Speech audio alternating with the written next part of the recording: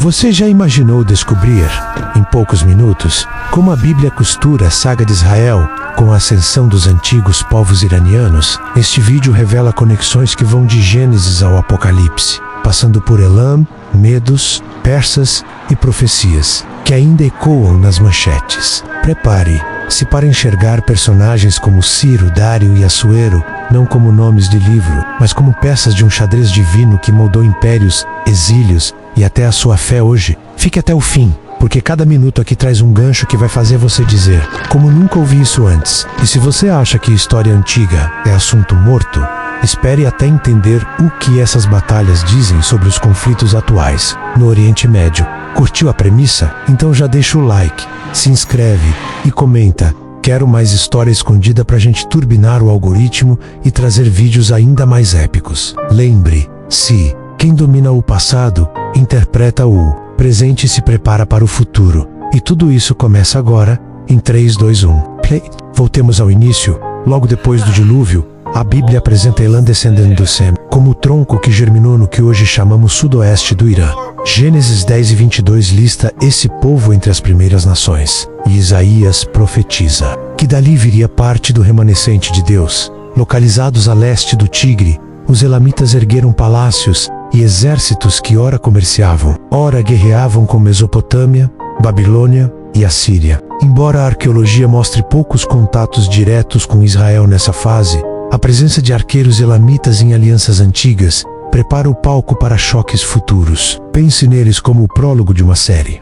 Sem entender Elam, você perde as pistas do episódio final. Cada tablete de argila achado em Susa confirma que essa cultura, vista como coadjuvante, influenciou leis, escrita e até o calendário que impactaria o povo judeu nos séculos seguintes. Respira, porque o enredo só engrossa. Salta para o século VII a.C., os assírios, verdadeiros tanques humanos da antiguidade, varrem cidades, deportando as 10 tribos do norte, e ainda cutucam o planalto iraniano. Só que a opressão gera Medos, babilônios, citas e sírios unem arqueiros, cavaleiros e cercos numa aliança que faria qualquer game parecer fácil. M612 a.C., Nínive cai num incêndio profetizado por Isaías, e o rugido assírio vira eco. Sai a superpotência Assur, entram 2 novos gigantes, a Média, comandada por Sayaki, Exis, e a Babilônia de Nabopolassar. Pega a visão. Enquanto Judá encara o medo de Nabucodonosor, os Medos consolidam um protótipo de Estado iraniano, criando leis, estradas e um senso de identidade comum. É como se a série A do Oriente Próximo trocasse de elenco, mas o protagonista Israel continuasse no enredo, agora entre 2 fogos cruzados, pois o próximo ato mostra um libertador que mudará o destino de Jerusalém por Vesentra Ciro, chamado pela própria Bíblia de ungido do Senhor. Ele lidera os persas, derruba o rei mediano Astiages e em 539 a.C. toma a Babilônia praticamente. Samsung, em vez de erguer um trono sobre ruínas, Ciro faz algo revolucionário. Assina um decreto, libertando povos exilados, entre eles os judeus, para voltarem e reconstruírem seu templo. Imagine assistir a Jerusalém em cinzas e de repente chegar o passe livre do maior imperador da época, menos plot twist que nenhum roteirista ousaria inventar. O cilindro de Ciro, achado pela arqueologia, confirma essa política de tolerância, tornando o herói em várias culturas. Para nós, ele prova uma lição. Deus pode usar até um rei gentio para cumprir promessas. Ciro reacendeu a fé judaica, inaugurando a era do Segundo Templo e pavimentando as avenidas proféticas que apontam para o Messias. Compartilhe este vídeo se curtiu, porque ainda vem Dario. Xerxes, Esther com intrigas que mostram a Bíblia como thriller político. E a trama esquenta muito Dário, e assume o trono em 522 a.C.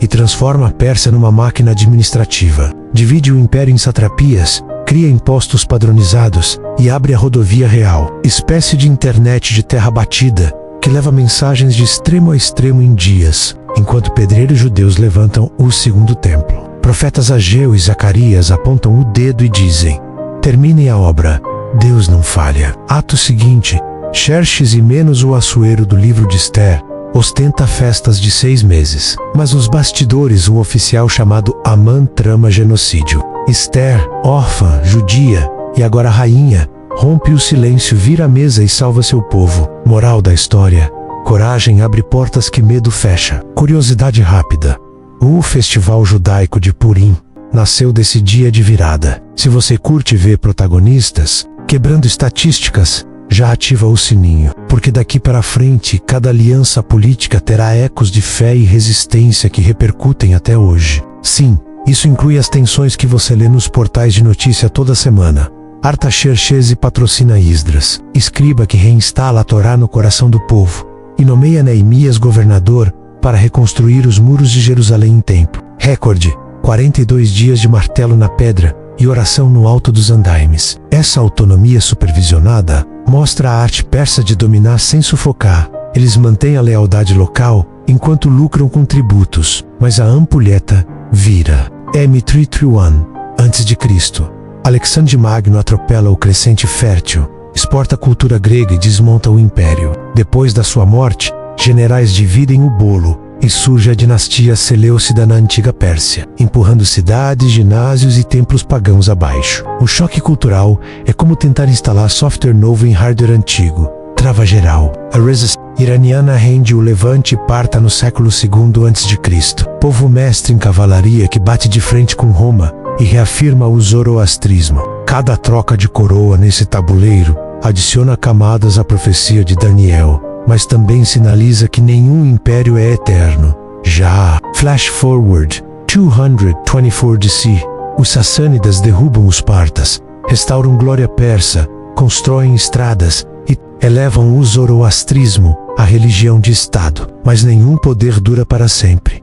Guerras com Roma drenam cofres, e em 651D, Código a Maré Árabe Islâmica submerge a Pérsia. A conversão não é instantânea. Tribos inteiras oscilam entre fogo sagrado e Alcorão por gerações, até que o Islã redefine idioma, arte e política do Irã. Por que isso importa? Porque quando você vê manchetes sobre Teherã versus Jerusalém, está presenciando ecos de 3 milênios de reconfiguração religiosa e geopolítica. Toda vez que um minarete aparece onde antes havia um altar de fogo, novas camadas de tensão e diálogo se acumulam. Se história fosse um filme, este seria o plot em que o cenário muda. Mas o conflito central, quem detém a autoridade espiritual, persiste como cliffhanger sem fim. Esse mesmo fio conecta Ezequiel 38-39, onde a Pérsia aparece na coalizão de Gog, aos debates proféticos que fervem internet. Chegamos ao ponto-chave.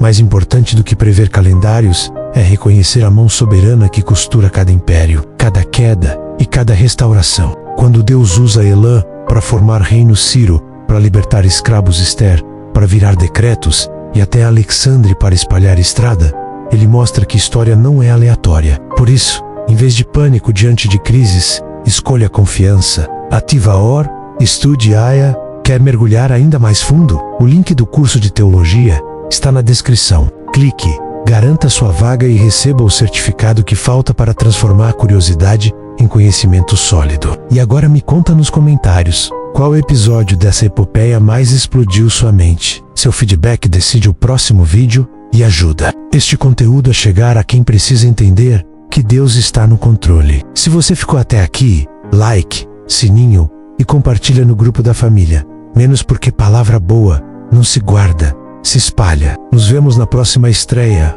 onde cada verso ganha vida nova em HD.